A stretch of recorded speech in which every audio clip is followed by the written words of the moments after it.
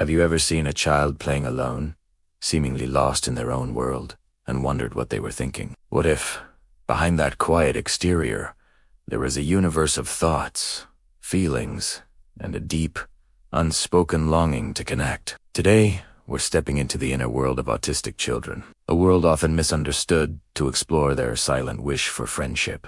Imagine wanting to join a game, your heart pounding with excitement, but the words just won't come out right. You see other kids laughing, sharing secrets, and you want to be a part of it more than anything.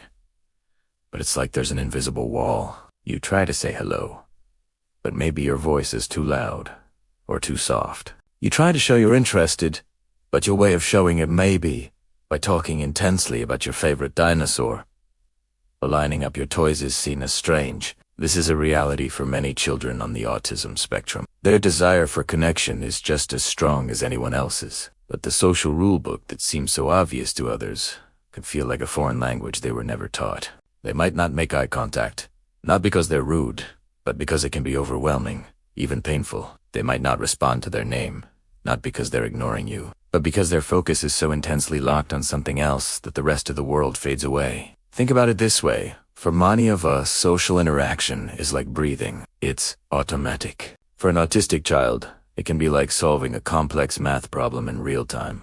For every single interaction, they have to consciously analyze body language, tone of voice, and unwritten social rules. Should I smile now? What did they mean by that joke? Is it my turn to talk?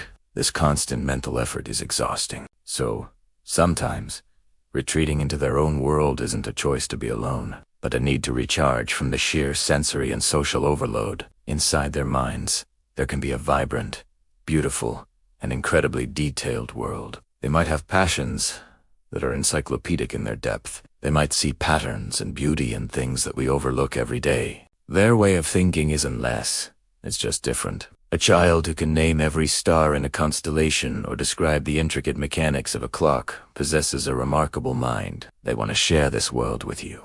They want to show you the things that bring them joy, but they often struggle with how to bridge the gap between their inner world and the outside one. Let's talk about expressing emotions. An autistic child might feel immense joy, but instead of smiling or cheering, they might flap their hands or jump up and down. This is called stimming, and it's a way for them to regulate their emotions and senses.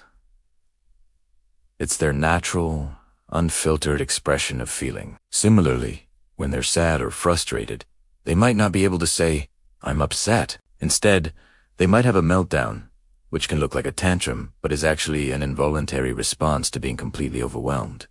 It's a cry for help when words fail. So, how do we help build that bridge? How do we show them that we see their desire to connect? It starts with empathy and understanding. Instead of waiting for them to join our world, we can take a step into theirs. If a child is lining up toy cars, don't ask them to stop and play normally. Get down on the floor with them and start lining up cars. 2. You're speaking their language. You're showing them you're interested in what interests them. This shared activity can be the foundation of a beautiful friendship. Patience is key. Friendships might not form overnight. It requires us to be gentle, to give them space when they need it, and to celebrate their unique way of being. Use clear and direct language. Instead of saying, "Do you want to hang out sometime?" which is vague, try something specific like, "I'm going to the park to swing. Would you like to come swing with me?" This removes the guesswork and makes the social invitation much easier to process. We can also be their social allies. If you see an autistic child trying to join a group, you can help facilitate. You could say, "Hey everyone, this is Sam. Sam knows everything about trains. It's so cool." By making that introduction, you've just opened a door that they might not have been able to open on their own. We can teach all children about kindness, acceptance, and the fact that everyone plays and communicates differently, and that's okay. The inner world of an autistic child isn't a lonely, empty place. It's a rich, complex landscape filled with ideas, passions, and a profound desire for connection. They are not broken versions of normal children. They are whole, complete individuals with a different way of experiencing and interacting with the world. Their struggle isn't a lack of wanting friends.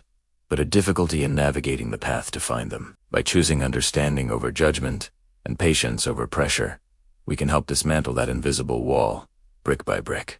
We can show them that their way of being is not just accepted, but cherished. And in doing so, we might just discover a friendship that is more honest, loyal, and rewarding than we could have ever imagined. Thank you so much for joining me today to explore this important topic. If this video resonated with you, please give it a thumbs up and consider subscribing to our channel for more content that fosters empathy and understanding. Let's continue to build a kinder, more inclusive world together. See you next time.